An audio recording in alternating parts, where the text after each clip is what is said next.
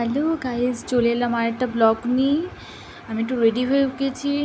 তারপর ভাইকে বললাম একটু বাজারের দিকে ছেড়ে যেতে। বাজারে আমি একটা ফ্রেন্ডের সাথে গিয়েছিলাম, আমার একটা বান্ধবী, তো তাকে নিয়ে গিয়েছিলাম। দুজনে মিলে বাজারে গিয়ে একটা ছোটো কাজ ছিল আর কি, মায়ের একটা জুতো কিনেছিলাম, জুতোটা একটু পাল্টানোর ছিল, আর বাকি আমরা একটাকে ঘুরতে যাচ্ছি, তো সেখানের জন্য দু একটা কেনাকাটা বাকি ছিল আর কি। আমি দুটো কানের টানের কিনেছিলাম।